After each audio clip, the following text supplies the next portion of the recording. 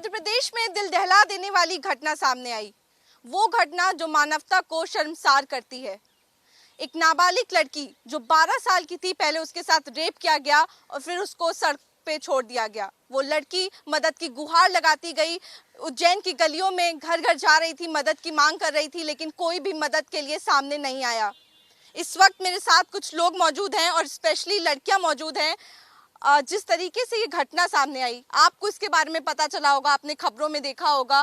क्या कुछ मन में आता है जब इस तरीके की घटना सामने आती है? रूह दहला देने वाली खबर थी। बिल्कुल बिल्कुल। देखिए, अभी हम यहाँ पढ़ने आए हैं दिल्ली विश्वविद्यालय में। हम अपने घर से बहुत दूर हैं, और अगर घर पे भी रहते तो वो शायद तो अपने होम टाउन में ही रही होगी। जब वो उसके लिए इतना अनसेफ हो सकता है, तो हम तो इतनी दूर हैं, अपने घर परिवार को छोड़ के इतनी दूर आए हैं, तो हमको तो वो प्रोटेक्शन मिलना और भी बहुत ही दुर्लभ है। और दिल्ली जैसे शहर में रहना, अगेन, ये सिर्फ एक शहर या एक कोई स्टेट की बात नहीं है, ये हर जगह हो रहा है। सबसे बड़ा प्रश्न जो यहाँ उठना चाहिए वो होना चाहिए, वो मर्दों पे उठना चाहिए। उनकी मानसिकता किस प्रकार की है? जब वो, एक तो पहले रेप होता है, वो नाबालिग है, उसका रेप होता है, फिर वो नग्न व्यवस्था में घूमती है, कोई मदद के लिए नहीं आता है उसके लिए। ये बहुत बड़ा प्रश्न है हमारे वैल्यू सिस्टम में।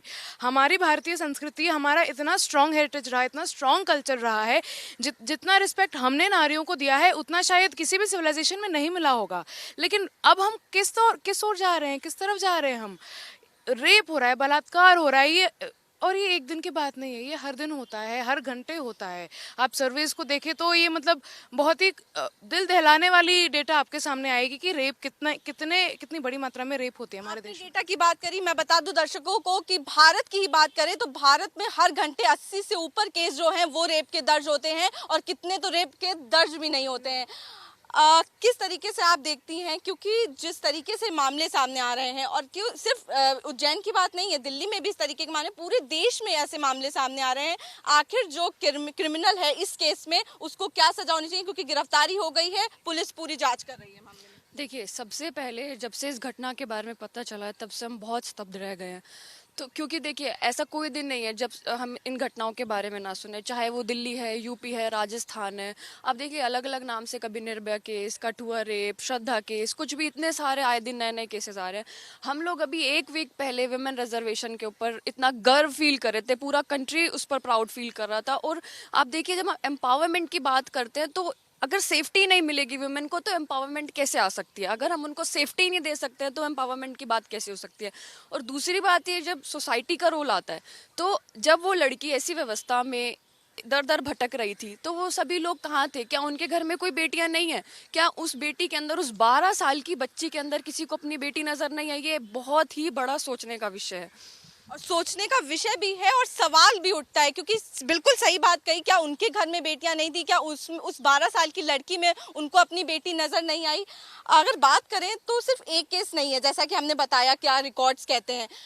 क्या सरकार को इसमें करना चाहिए? क्या नीति लानी चाहिए? क्योंकि ये करने से पहले उस क्रिमिनल की, उस व्यक्ति की रूह कांप जाए, ऐसा क्या कुछ नीति लानी चाहिए सरकार को? देखिए, जब ये घटना पूरी सामने आई तो ये सवाल एक इंसानियत पे सवाल उठा है। जहाँ लड़की जा रही है उसकी कोई हेल्प नहीं कर रहा है। मतलब आज इंसान इतना खुद में वो हो चुका है, मतलबी हो चुका है कि उसे 12 साल की लड़की से फ़र्क नहीं पड़ रहा है।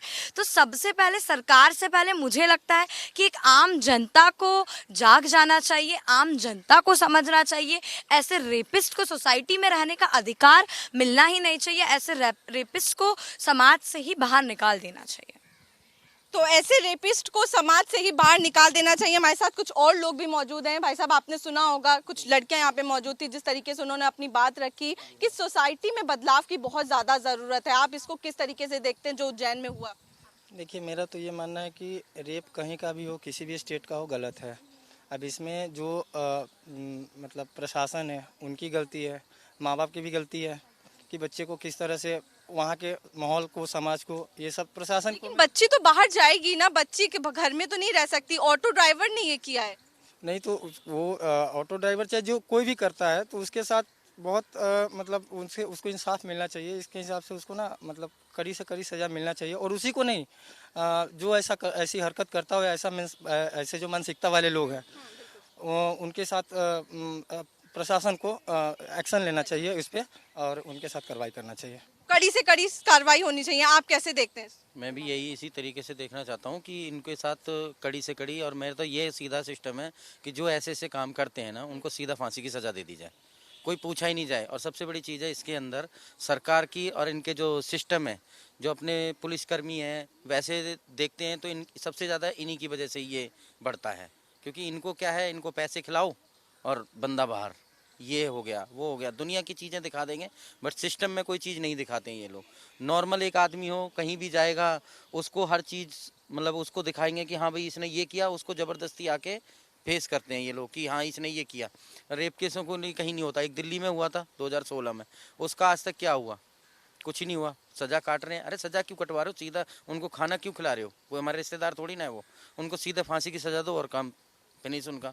ये होना भी नहीं चाहिए वैसे मेरे हिसाब से तो। बिल्कुल, देखिए जिस तरीके से पूरा मामला सामने आया, लोगों की यही मांग है कि जैसे ही अपराधी का पता चले तुरंत उसको फांसी की सजा दी जाए, ना कि उसको जेल भेजा जाए, उसको सालों तक वहां रखा जाए, बल्कि सीधे फांसी पे चढ़ा देना चाहिए और उस लड़की को न्याय तुरंत मिलना चाहिए। कैमरा पर्सन आकाश के साथ आरजू सेठ, इंडिया न्यूज़, दिल्ली।